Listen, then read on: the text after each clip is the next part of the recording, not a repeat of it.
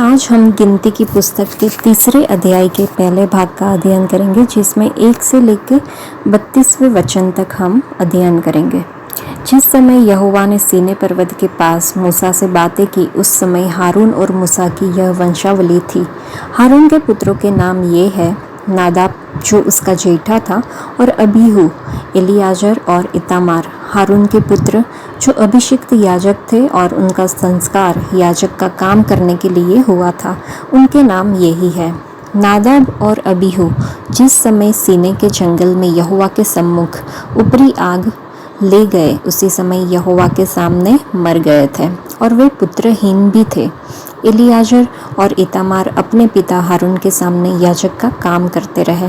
फिर यहोवा ने मूसा से कहा, लेवी गोत्र वालों को समीप ले आकर हारून याजक के सामने खड़ा कर कि वे उसकी सेवा टहल करें। जो कुछ उसकी ओर से और सारी मंडली की ओर से उन्हें सौंपा जाए, उसकी रक्षा वे मिलाप वाले तंबू के सामने करें। इस प्रकार वे तंबू की सेवा करें। वे मिलाप वाले तंबू के कुल सामान की और इस्राएलियों की सौंपी हुई वस्तुओं की भी रक्षा करें। इस प्रकार वे तंबू की सेवा करें, और तू लेवियों को हारून और उसके पुत्रों को सौंप दे, और वे इस्राएलियों की ओर से हारून को संपूर्ण रीति से अर्पित किए हुए हो। और हारून और उसके पुत्रों को याजक के पद पर नियुक्त कर, और वे अपने याजक पद को संभाले। और यदि अन्य मनुष्य समीप आए तो वह मार डाला जाए। फिर यहोवा ने मूसा से कहा, सुन, इस्राएली स्त्रियों के सब पहलौठों की संति मैं इस्राएलियों में से लेवियों को ले लेता हूँ, इसलिए लेवीय मेरे ही हो। सब पहलौठे मेरे हैं, क्योंकि जिस दिन मैंने मिस्र देश में के सब पहलौठों को मारा, उसी दिन मैंने क्या मनुष्य क्या पशु इस्राएलियों के सब पहलौठों को अपने लिए पवित्र ठहराया, इसलिए वे मेरे ही ठहरेंगे। मैं यहोवा हूँ। फिर यहोवा ने सीनै के जंगल में मूसा से कहा, लेवियों में से जितने पुरुष 1 महीने या उससे अधिक आयु के हो, उनको उनके पितरों के घरानों और उनके कुलों के अनुसार गिन ले। यह आज्ञा पाकर मूसा ने यहोवा के कहे के अनुसार उनको गिन लिया। लेवी के पुत्रों के नाम ये है, अर्थात गेर्शोन, कहात और मरारी। और गेर्शोन के पुत्र जिनसे उसके कुल चले, उनके नाम ये है, अर्थात लिब्नी और शिमी। कहात के पुत्र जिनसे उनके कुल चले ये है, अर्थात अमराम, यिसहार, हेब्रोन और उज्जीएल। और मरारी के पुत्र जिनसे उसके कुल चले ये है, अर्थात महली और मूशी।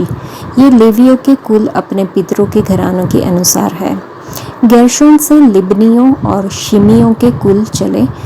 गेर्शोन वंशियों के कुल यही है।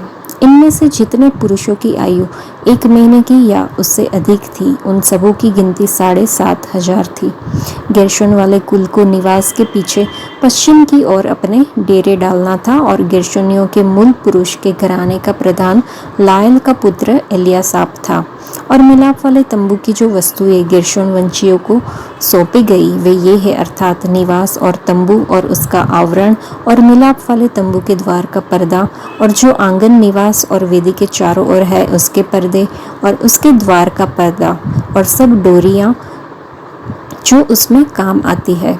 फिर कहात से अमरामियों, यिसहारियों, हेब्रोनियों और उज्जीएलियों के कुल चले। कहातियों के कुल यही है। उनमें से जितने पुरुषों की आयु 1 महीने की या उससे अधिक थी, उनकी गिनती 8,600 थी। उन पर पवित्र स्थान की रक्षा का उत्तरदायित्व था। कहातियों के कुल को निवास के उस ओर अपने डेरे डालना था जो दक्षिण की ओर है। और कहात वाले कुलों के मूल पुरुष के घरानों का प्रधान उज्जीएल का पुत्र एलीसापान था। और जो वस्तुएं उनको सौंपी गई, वे संदूक, मेज, दीवट, वेदियां और पवित्र स्थान का वह सामान जिससे सेवा टहल होती है, और पर्दा, अर्थात पवित्र स्थान में काम में आने वाला सारा सामान था। और लेवियों के प्रधानों का प्रधान हारून याजक का पुत्र एलीहाजर हो। और जो लोग पवित्र स्थान की सौंपी हुई वस्तुओं की रक्षा करेंगे, उन पर वही मुखिया ठहरे। इस भाग के 7वें वचन में हमने पढ़ा कि जो कुछ उसकी ओर से और सारी मंडली की ओर से उन्हें सौंपा जाए, उसकी रक्षा वे मिलाप वाले तंबू के सामने करें। इस प्रकार वे तंबू की सेवा करें। गिनती की पुस्तक में 3 से लेकर 8 तक याजकों और लेवियों के काम या कर्तव्यों पर ध्यान केंद्रित किया गया है। तो कर्तव्य शब्द का क्या अर्थ है? किसी ने कहा है कि कर्तव्य एक नैतिक या कानूनी दायित्व है, कोई उत्तरदायित्व या कार्य या क्रिया जिसे किसी को पूरा करना आवश्यक हो। सभी लोगों के लिए परमेश्वर की मुक्ति में मध्यस्थता करने में लेवियों की एक आवश्यक भूमिका थी। लेवियों ने सभी लोगों को अपने जीवन और कार्यों को परमेश्वर के कानून और उद्देश्यों के अनुसार लाने में मदद की।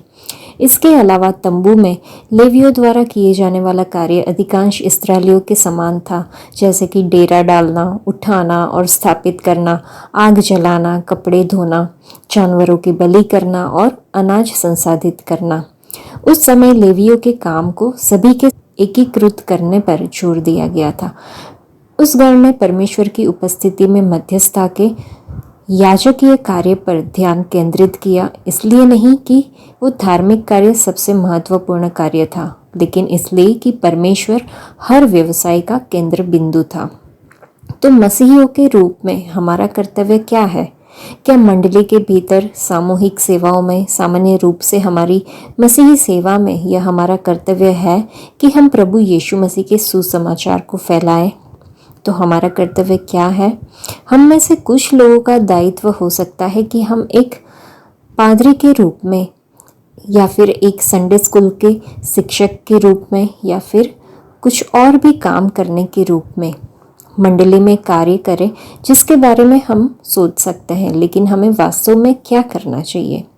दूसरे तीमुथियुस की पुस्तक में 4 अध्याय में लिखा हुआ है, नए नियम में, कि सुसमाचार का प्रचार करो, अच्छे समय और बुरे समय में तैयार रहो, पूरे धैर्य, फटकार और उपदेश के साथ प्रचार करो।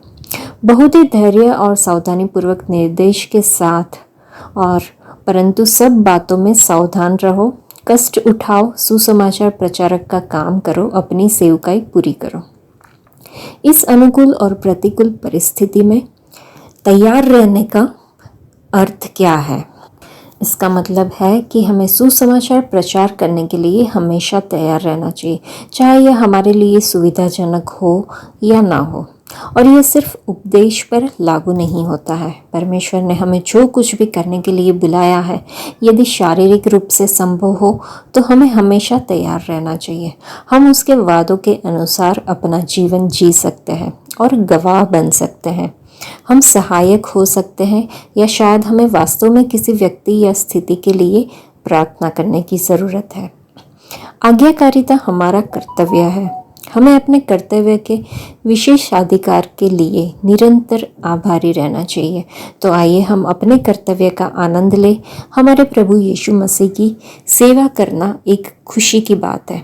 जितना अधिक हम अपने प्रभु की सेवा में सक्रिय होते हैं, उतना ही हम उनके करीब होते जाते हैं। इस भाग को पढ़ने के बाद हम सोचें कि हमारे परमेश्वर कौन है। तो हमारे परमेश्वर वो है जिन्होंने आप ही हमें अपना बनाया है। यहोवा परमेश्वर ने स्वयं हमें इस संसार से अपने विशेष लोग बनने के लिए चुना है। ये कोई दुर्घटना नहीं है, ये किसी और ने नहीं, परंतु खुद परमेश्वर ने किया, क्योंकि विश्वास के द्वारा अनुग्रह ही से तुम्हारा उद्धार हुआ है, और वह तुम्हारी ओर से नहीं परंतु परमेश्वर का दान है। ऐसा इफिसियों की पुस्तक में लिखा हुआ है। उद्धार के मुफ्त उपहार के लिए परमेश्वर को धन्यवाद दें। हमारे परमेश्वर वो है जो प्रत्येक को अलग अलग कर्तव्य सौंपते हैं।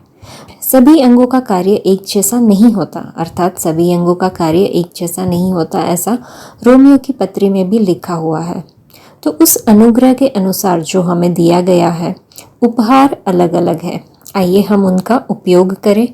यदि भविष्यवाणी करनी है तो आइए हम अपने विश्वास के अनुपात में भविष्यवाणी करें, अथवा यदि सेवा की है तो हम सेवा में तत्पर रहें।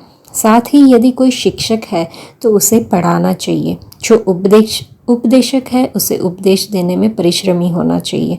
जो दान देता है उसे उदारतापूर्वक दान देना चाहिए। जो अधिकारी है उसे परिश्रम पूर्वक अधिकार का उपयोग करना चाहिए। जो दया रखता है वह प्रसन्नता से अपनी दया को बनाए रखे। जो भी काम परमेश्वर ने हमें सौंपा है वो हम करने में हमेशा तत्पर रहे, ऐसा होना चाहिए। आज के लिए इतना ही। परमेश्वर आप सबको आशीष दे। धन्यवाद।